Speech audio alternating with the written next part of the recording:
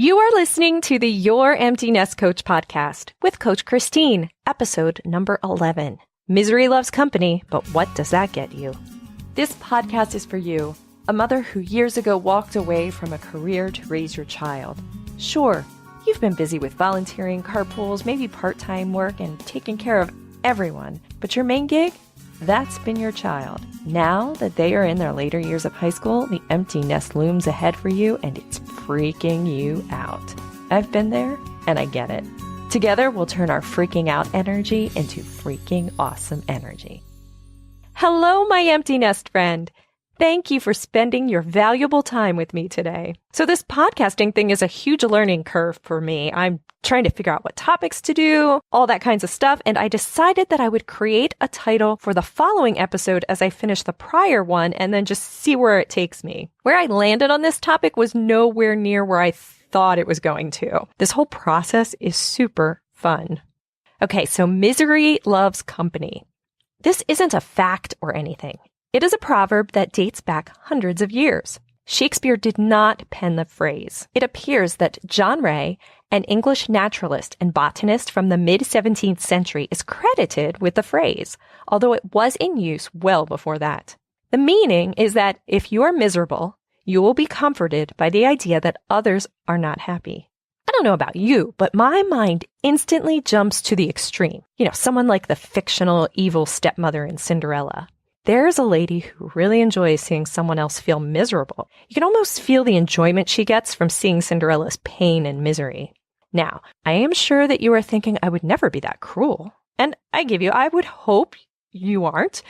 But I want to challenge you with this. Don't we sometimes, as humans, like to find an example of someone who has it worse off than us to make us feel better about our own circumstance?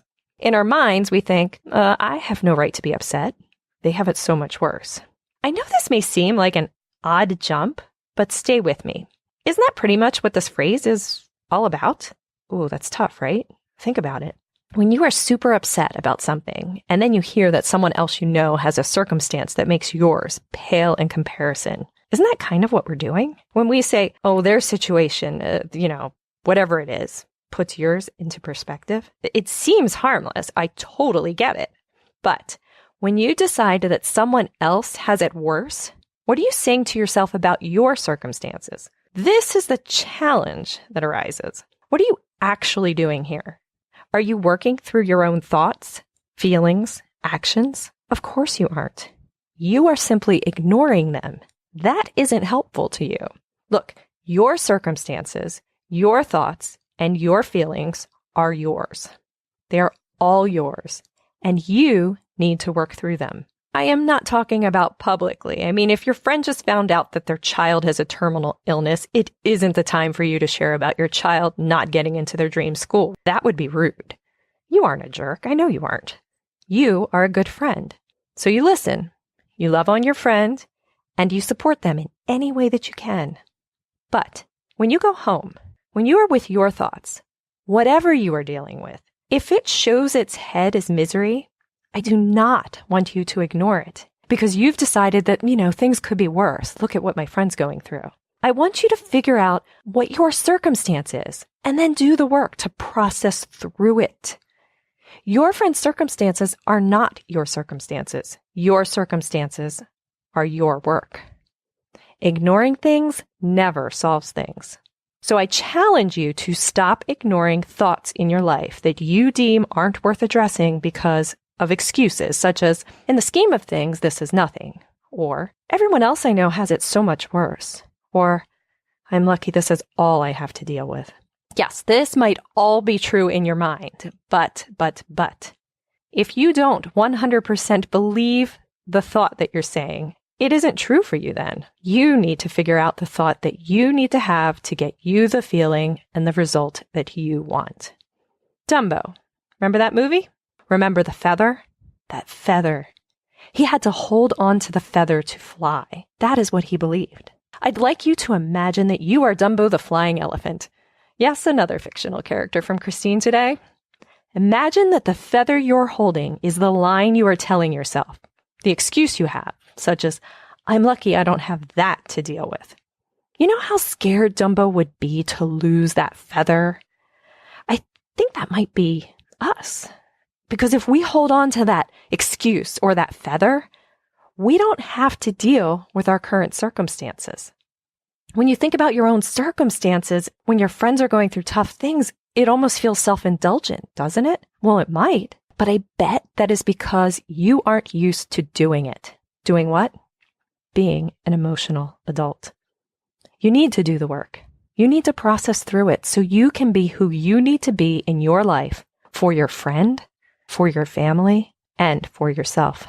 And I'm willing to bet that the you who processes through your own circumstances is profoundly stronger than the you who is ignoring things.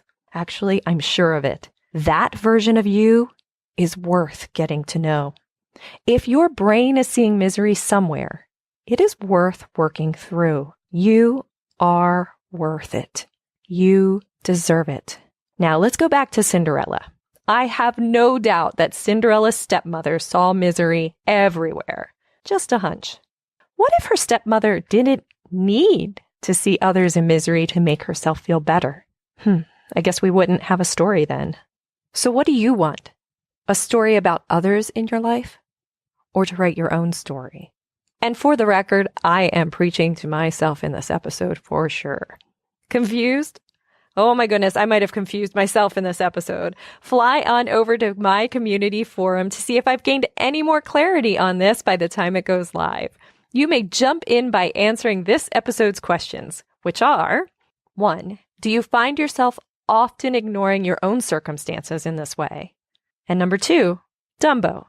Hey, did you see they are doing a mostly live action version of this movie coming up? This was one of those movies I rewatched with my daughter when she was younger and found myself either cringing or crying through almost the whole thing. So my question is, are you going to go see that new live action Dumbo? What does that movie even bring up for you? Just something different to talk about. Will you go see it? As always, I provide content to make you think, my empty nest friend, and my hope is that I am able to provide you with thoughts that impact your life in a positive way. My next episode's title is The Power in Understanding That Life Isn't Supposed to Be Perfect. Don't forget to sign up for my free Thursday Thoughts About email. Sign up, and every Thursday you will receive a thought from me, and I also share your Empty Nest Coach updates. Do me a favor, if you like this podcast or you find it's just making you think and you are listening to it on your phone, do a quick screenshot and post it on your favorite social media site to let others know about this podcast. On Instagram, Twitter, and Facebook, I'm Empty Nest Coach if you want to tag me, and I will say hi. If you have a question you would like me to answer on the podcast, you may submit it in my Empty Nest Flock community forum or email me at podcast@youremptynestcoach.com. This is where I'll have listener feedback, and I'm in such an early stage, I really don't have too much going on, so I'm going to save the other one that I have currently for my next episode. Please, if you are listening to this on Apple Podcasts, please take a moment to review it, and I will read it here. Thank you so much. Thank you so much for listening, and remember, you are amazing.